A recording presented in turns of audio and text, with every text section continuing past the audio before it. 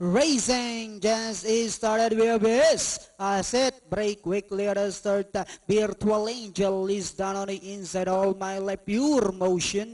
Then next online is Graces Give Asikuda. Mount Panama Renewable Energy mapagtiis.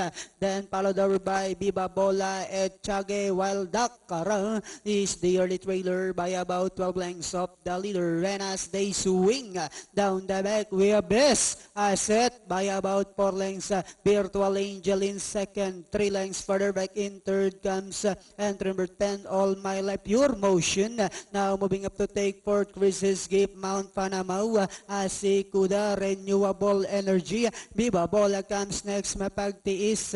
At Chage second less, while Dakar is still racing in less inside the 3 octavo. We have best asset is still in control, maintaining a 4 lengths lead. Virtual Angel in second, All My Life now trying to get closer in third. Then here comes Pure Motion now moving up on the outside. Chris's Gift, Viva Bola. Then next online is Mount Panama as they swing for home. We have best asset by about 3 lengths.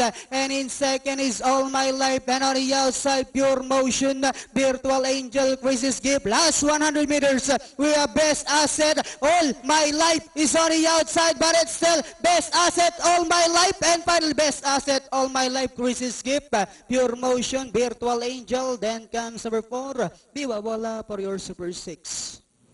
Sino yung quinto? Dos?